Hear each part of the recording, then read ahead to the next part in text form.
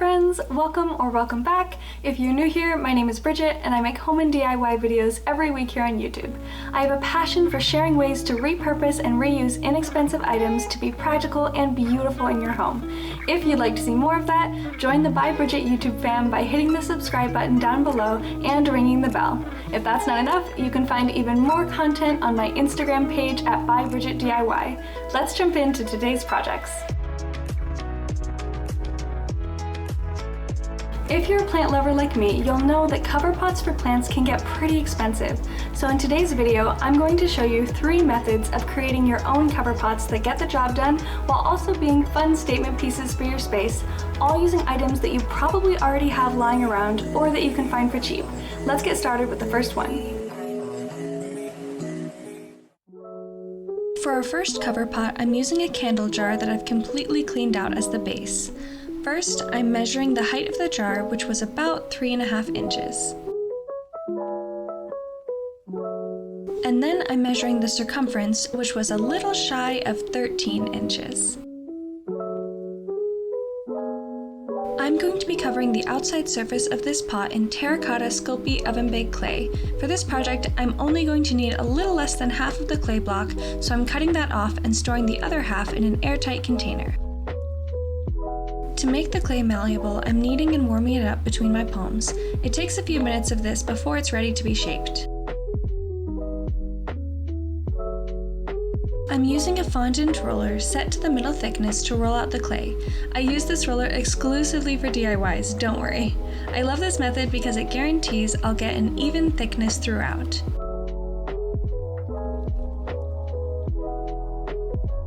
Because I know I'm aiming for a 3.5 inch by 13 inch rectangle, I'm cutting and rearranging the clay. When I roll it again, the seams will naturally disappear.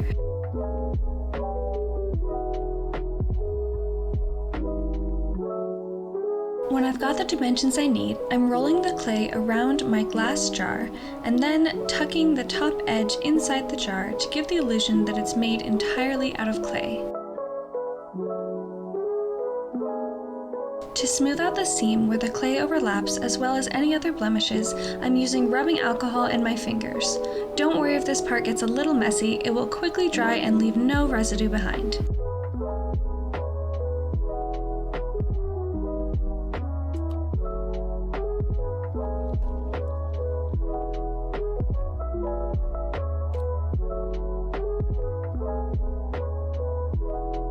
Next, I'm adding a little more rubbing alcohol in small areas and immediately placing gold foil flakes on top of it.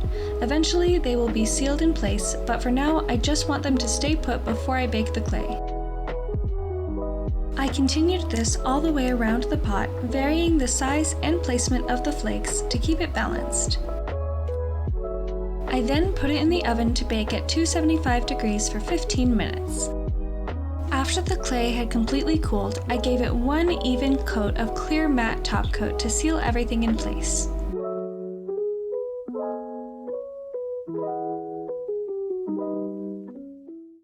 I'm thrilled with the way this cover pot turned out.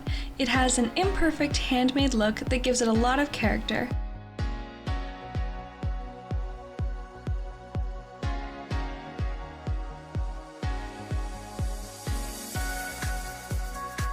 I've never seen a cover pot that incorporates terracotta and gold leaf flakes before, so it makes me really happy to know that I have a one-of-a-kind piece.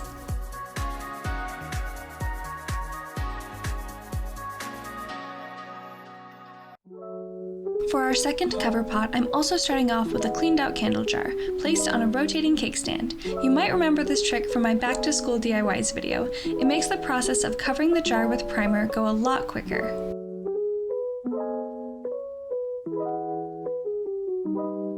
As I go, I'm taking the primer about 1/3 of the way down into the inside of the jar.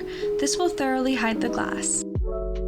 While the primer dries, I'm mixing up white paint with 2 acrylic shades of green, adding more and more of the darker green until I get a shade I love.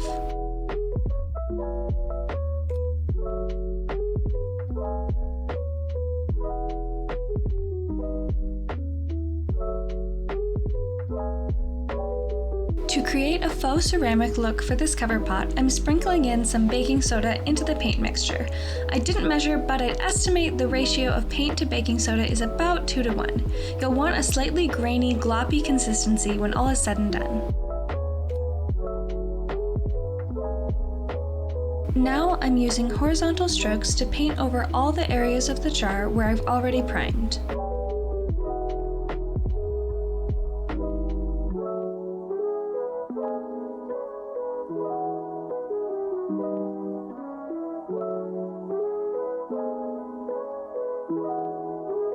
You could absolutely stop here, but I wanted to add some designs to my cover pot, so I'm using the Pueblo and Mesa Pink shades of terracotta paint to add some abstract shapes.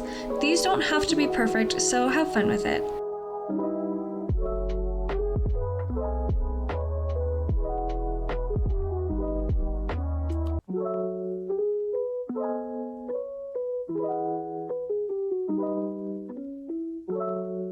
I ended up doing 2 coats of each color in all, with some of the pink shapes overlapping the terracotta ones.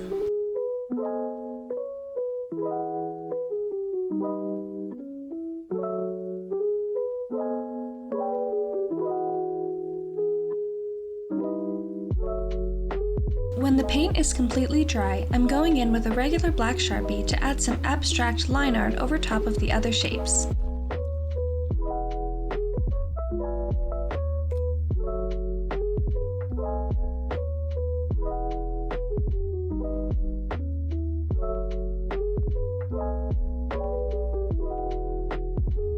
Now I'm filling in any areas with the black outlines overlap. I made this all up as I went, and I'm really pleased with how well it all came together.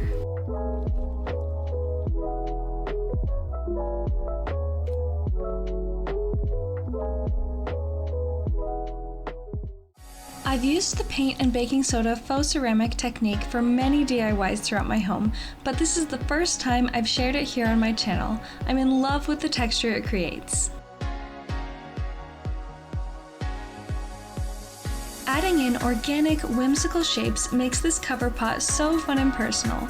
If you've got any old candle jars lying around, I hope you use one of these DIY methods to repurpose them.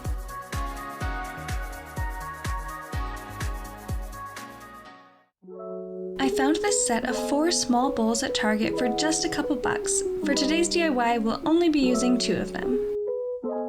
First, I'll be using some quick cure glue to thoroughly cover the bottom of one of the bowls, making sure to bring it all the way out to the edge. Next, I'm placing the bottoms of both bowls together and holding it with firm pressure for about 15 seconds until the glue sets. To hide the seam between the bowls, I'm adding a layer of fast dry caulk and using my finger to smooth it out as I go.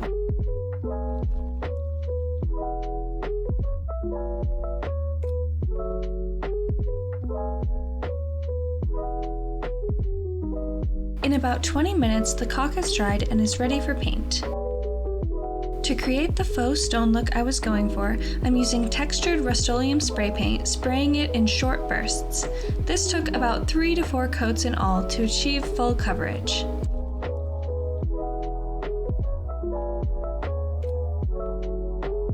Instead of using a traditional nursery pot, I actually decided to drill drainage holes into this applesauce container since it fit perfectly inside my new cover pot. I seriously can't get over how cute this cover pot came out. I love how the hourglass shape paired with the stone texture makes it look like it could be sold at a high-end retailer.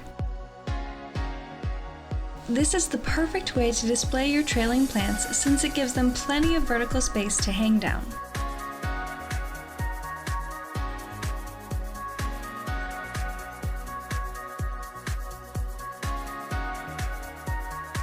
Thanks for hanging out with me today. I'm really happy with the way all 3 cover pots came out, and it's hard for me to pick a favorite, but if I had to, I think I'd choose the clay one. If you have a favorite, I'd love to hear it down below in the comments section. There are so many ways to recreate today's project, so please tag me on Instagram and use the hashtag #bybridgetdiy if you remake your own version of one of these cover pots. One of my favorite things about being a content creator is seeing your recreations, so keep them coming.